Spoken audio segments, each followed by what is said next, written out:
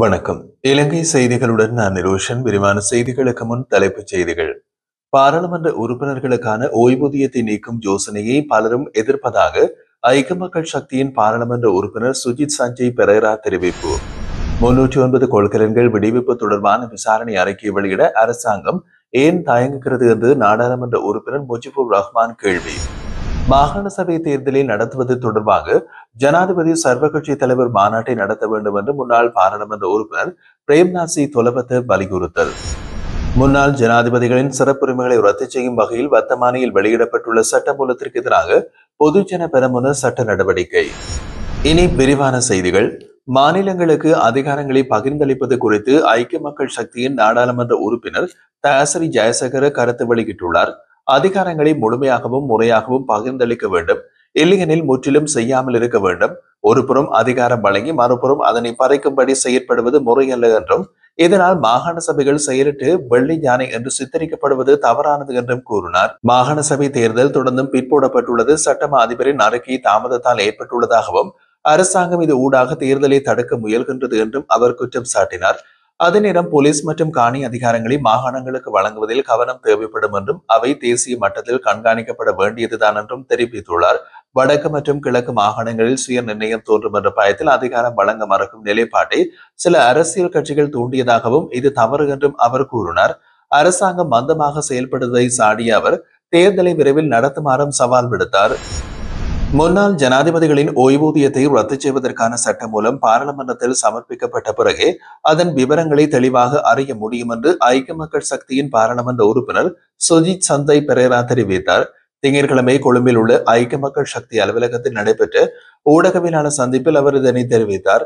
அவர் மேலும் கூறுகையில், முன்னாள் ஜனாதிபதிகளின் சிறப்புரிமைகள் அனைத்தையும் நீக்கும் யோசனை அமைச்சரவையில் சமர்ப்பிக்கப்பட்டுள்ளதாகவும், பாராளுமன்ற உறுப்பினர்களுக்கான ஓய்வூதியத்தையும் ரத்து செய்யும் திட்டம் குறித்து அரசாங்கம் பேசுவதையும் நினைவூட்டினார்.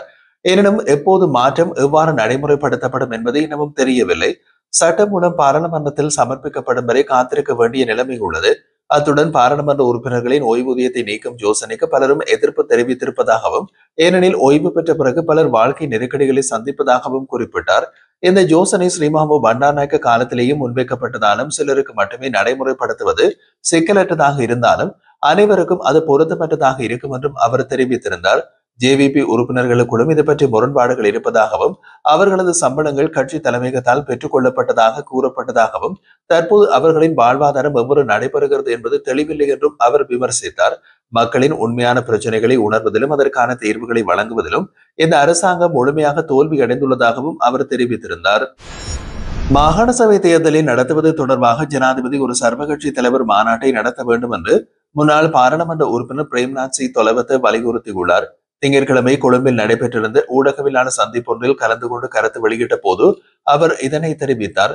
அவர் மேலும் கூறுகையில், தமிழ் மக்களுக்கு அளிக்கப்பட்ட அரசியல் ஆணையை நிறைவேற்ற வேண்டிய பொறுப்பு அரசாங்கத்திற்கு உண்டு. ஆனால் அரசியல் செல்வாக்கு பாதிக்கப்படும் என்ற பயத்தில் அரசாங்கம் மாகாண சபை தேர்தலை இழுபறியில் வைத்திருப்பதாக குற்றம் சாட்டினார். இனப்பிரச்சினைக்கு தீர்வாக மாகாண சபை முறைமை 1987 அறிமுகப்படுத்தப்பட்டது என்றும், ஆரம்ப காலத்தில் அதை எதிர்த்த பல தரப்பினர் பின்னாட்களில் அதை முறைமையங்கள் போட்டியிட்டு வெற்றி பெற்றதாகவும் சுட்டிக்காட்டினார். இப்போது எதிர்க்கட்சிகள் மாகாண சபை விவகாரத்தில் ஒருமித்த நிலைப்பாட்டில் உள்ள நிலையில் தேர்தலை நடத்த அரசாங்கம் நடவடிக்கை எடுக்க வேண்டியது அவசியம் என்று வலியுறுத்தியுள்ளார். மேலும் புதிய அரசியலமைப்பு தொடர்பான எந்த ஒரு செயல்பாடும் முன்னெடுக்கப்படாமல், மாறாக முன்னாள் ஜனாதிபதிகளின் சிறப்புரிமைகளை நீக்குவது சட்டம் மூலம் தயாரிக்கப்படுவது தவறான திசையில் அரசாங்கம் நகர்கின்றதை காட்டுகின்றது என்றும் விமர்சித்துள்ளார்.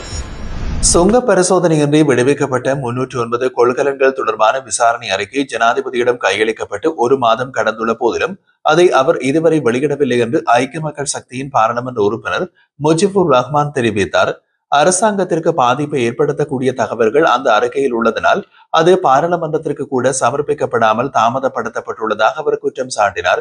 இந்த விடயத்தில் எவரிடமிருந்தும் வாக்குமூலம் பெறப்படவோ விசாரணை மேற்கொள்ளப்படவோ இல்லை என்றும் சுட்டிக்காட்டினார். இந்த விசாரணை அறிக்கையை விரைவில் பாராளுமன்றத்திற்கு சமர்ப்பிப்பதாக விமல் ரத்நாயக்க கூறினாலும் அது இதுவரை நடைமுறையில் இல்லாமல் இருக்கின்றது. இதற்கிடையில் உப்புக்கு தேவை ஏற்பட்ட போது இந்தியாவிலிருந்து இறக்குமதி செய்யப்பட்ட 400 கொள்கலன்களில் சுங்கத்தில் தடுத்து வைக்கப்பட்டன. இந்த கொள்கலன்கள் ஜனாதிபதி உப்பு இறக்குமதி செய்வதற்கு அனுமதித்த வர்த்தமானியில் வெளியிடப்பட்ட திகதிக்கு பின்னர் வந்த கொள்கலன்கள் என்பதனால் இவற்றை விடுவிக்காமல் இருப்பதாக சுங்க அதிகாரிகள் குறித்த கொள்கலன்களின் உரிமையாளர்களுக்கு தெரிவித்திருக்கின்றனர். அதேவேளை தடுக்கப்பட்ட 400 கொள்கலன்களில் 6 கொள்கலன்கள் மட்டும் சுங்கம் வழியாக விடுவிக்கப்பட்டுள்ளது. அவை யாருடையது என்பதை அரசாங்கம் தெளிவுபடுத்த வேண்டும் என்றும் வலியுறுத்தினார். மேலும் அரசாங்கம் இறக்குமதி செய்த 11,000 மெட்ரிக் டன் உப்பில் 4,000 மெட்ரிக் டன் மட்டுமே ஹம்பாந்தோட்டைக்கு அனுப்பப்பட்டுள்ளதாக தெரிவிக்கப்பட்டுள்ளதுடன் மீதமுள்ள 7,000 மெட்ரிக் டன் எங்கே சென்றது என்பது குறித்து தகவல் இல்லை என்றும் கூறினார்.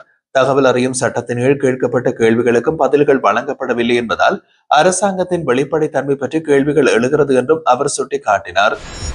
முன்னாள் ஜனாதிபதிகளின் சிறப்புரிமைகளை ரத்து செய்யும் வகையில் வர்த்தமானியில் வெளியிடப்பட்டுள்ள சட்டமூலத்திற்கு எதிராக உரிய சட்ட நடவடிக்கைகள் எடுக்கப்படும் என்று ஸ்ரீலங்கா பொதுஜன பெரமுனவின் பொதுச் செயலாளர் சாகர காரியவசம் தெரிவித்தார். திங்கட்கிழமை அந்த கட்சியின் அலுவலகத்தில் நடைபெற்ற ஊடகவியலாளர் சந்திப்பில் பேசும்போது அவர் மேலும் தெரிவிக்கையில், இந்த சட்டம் மூலம் யுத்தத்தை முடிவுக்கு கொண்டு வந்த முன்னாள் ஜனாதிபதி மஹிந்த ராஜபக்சவை இலக்காகும் நோக்கத்தோடு புலிகள் அமைப்பை மகிழ்விப்பதற்காக கொண்டு வரப்பட்டுள்ளது. எனினும் இது மஹிந்த ராஜபக்சவுக்கான போராட்டம் அல்ல. எதிர்கால ஜனாதிபதிகளின் உரிமைகளுக்காகவும் நாட்டின் மரியாதைக்காகவும் எங்களது எதிர்ப்பை பதிவு செய்கிறோம் என்றார். அரசாங்கம் வெறுப்பின் அடிப்படையில் செயல்படுவதாகவும் தற்போதைய ஜனாதிபதி அனுருகுமார திசாநாயக்க ஆட்சிக்கு வந்ததற்கு பின்னர் ஒரு வருடம் நிறைவடைந்தும் கடந்த அரசாங்கங்களை மட்டுமே விமர்சித்து வருவதாகவும் குற்றம் சாட்டினார். அதே சமயம் முந்தைய அரசாங்கங்களின் பொருளாதார மற்றும் அபிவிருத்தி திட்டங்களை மாற்றாமல் தொடர்ந்தும் நடைமுறைப்படுத்திக் கொண்டு இருப்பதாக சுட்டிக்காட்டினார். 2029ஆம் ஆண்டில் நாங்கள் தான் ஆட்சிக்கு வரப்போகின்றோம். இன்றைய அரசாங்கம் எடுக்கும் செயல்கள் அனைத்தும் அதன் நேர்மையான விளைவுகள் இருக்கும். நாட்டு பொதுமக்கள் மீண்டும் ஒருபோதும் மக்கள் விடுதலை முன்னணிக்கு ஆட்சியினை ஒப்படைக்கப் போவதில்லை என்பதை அரசாங்கம் தெளிவாக அறிந்து வைத்திருக்கிறது. அதனால் தான் தற்போதுள்ள அடக்குமுறைகளை இழுத்து விட்டுள்ளது என்றும் அவர் தெரிவித்திருந்தார்.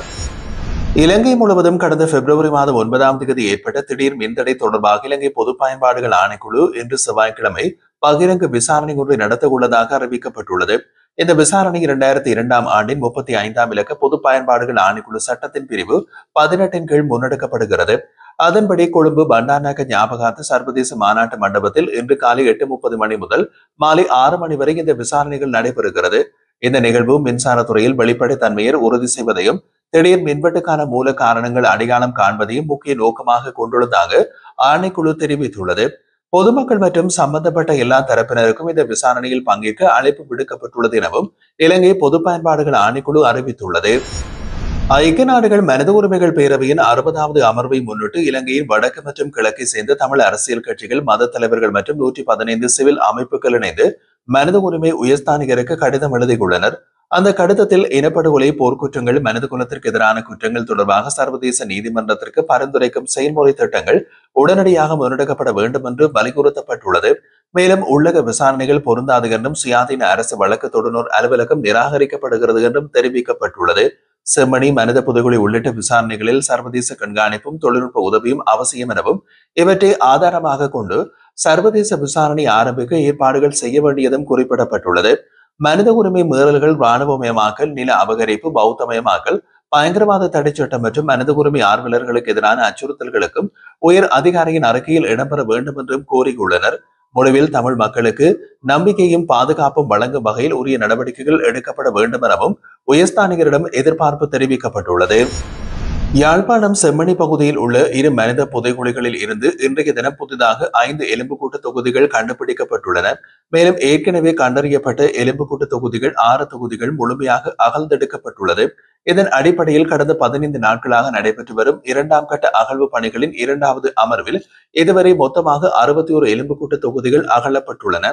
செம்மணி பகுதியில் இதுவரை 39 நாட்களுக்கு அகழ்வு பணிகள் கட்டமைக்கப்பட்டு முன்னெடுக்கப்பட்டுள்ளது.